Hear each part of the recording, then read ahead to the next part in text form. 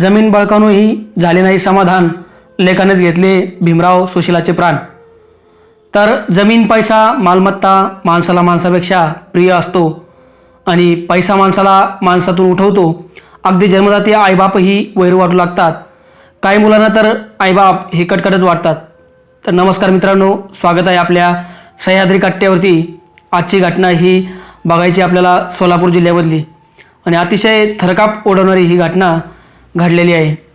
सोलापूर जिल्ह्यामधील नुकतीच एक थरकाप उडवणारी घटना ही घडलेली आहे। मुलाने वडिलोपार्जित जमीन एकट्याच्या नावावर करून घेतली, त्यामुळे आईवडिलांच्या त्यांच्यावरील विश्वासाचा एक जो पक्षी होता, विश्वास नावाचा एक जो पक्षी होता तो उडलेला आहे आणि त्याला रेशन कार्ड देण्यासही नकार दिला। तसेच त्याची जमीनही महामार्गात जाणार असल्याने त्याला पैसे मिळणार होते। त्यातूनच वाद निर्माण झाला आणि या सगळ्यातून त्याने आपल्या आईवडिलांचा आवाज कायमचा बंद करण्याचा निर्णय घेतला आणि एका रात्री तो निर्णय तडीसही नेला। आता मातापित्याचा जीव घेणारा नीच दिवटा तुरुंगाची हवा खात आहे। तर बघूया सविस्तर घटना काय घडली, कशी घडली। सोलापूर जिल्ह्यातील सांगोला तालुक्यात असणाऱ्या पाचेगाव या गावामध्ये कुंभार कुटुंबीय राहते। येथील कुटुंब प्रमुख भीमराव गणपत कुंभार हे 70 वर्षाचे असून त्यांची पत्नी सुशीला हिचे 65 वर्षाचे आहे। या दाम्पत्याला समाधान आणि पांडुरंग नावाची 2 अपत्ये असून या दोघांचेही विवाह झाले आहेत।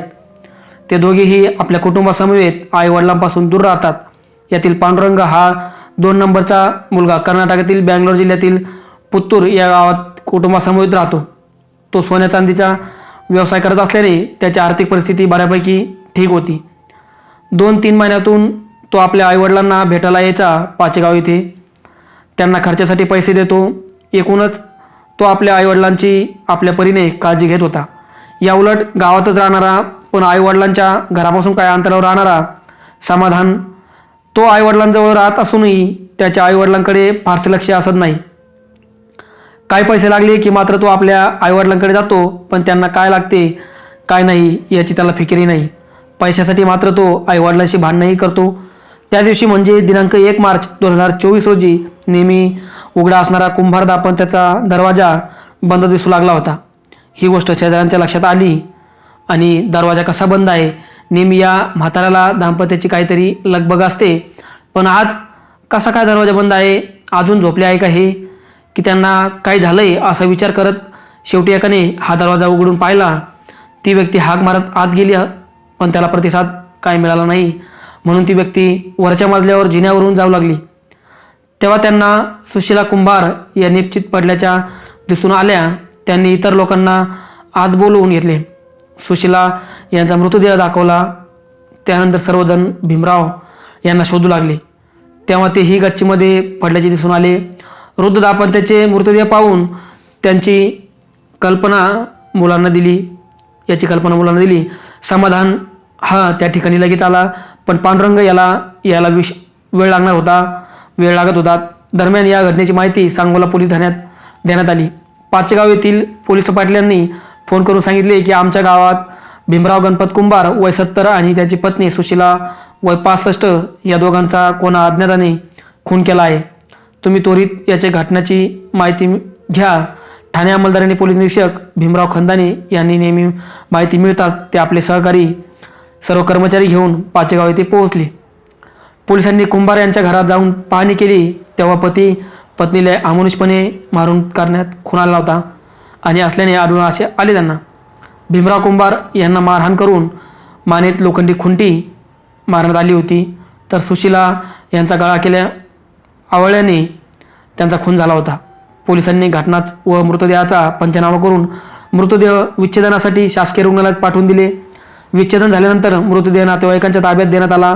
या घटनेप्रकरणी मयताचा नातू सागर रामचंद्र कुंभार वय 29 राहणार करगणी, तालुका आटपाडी, जिल्हा सांगली यांनी फिर्याद दिली।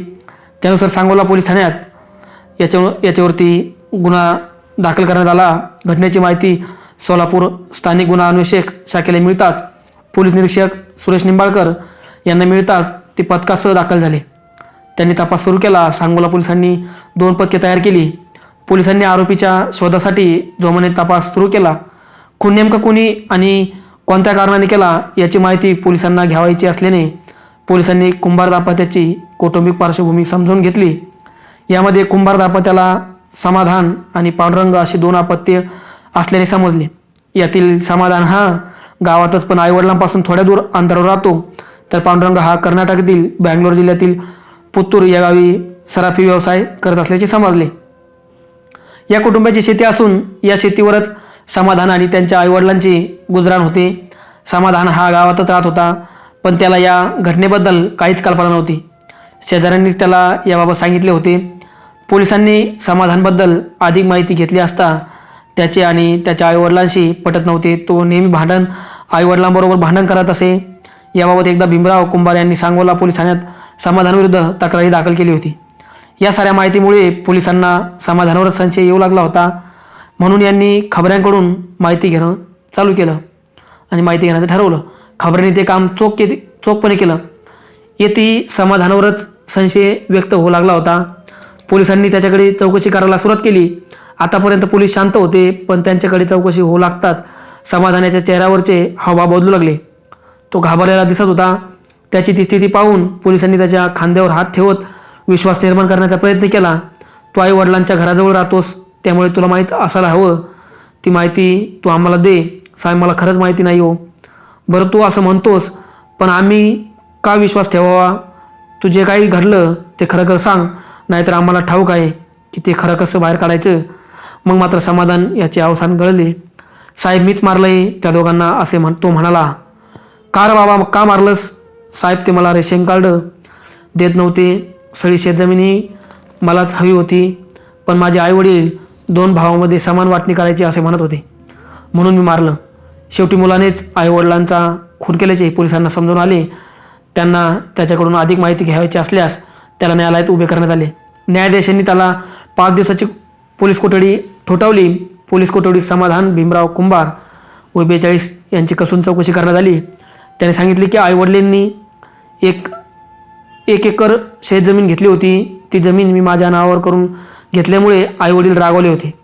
त्यांची इच्छा होती की अर्धा एकर शेतजमीन 2 मुलांमध्ये वाटायची, पण त्याआधीच समाधान याने ती सगळी जमीन आपल्या नावावर करून घेतली होती.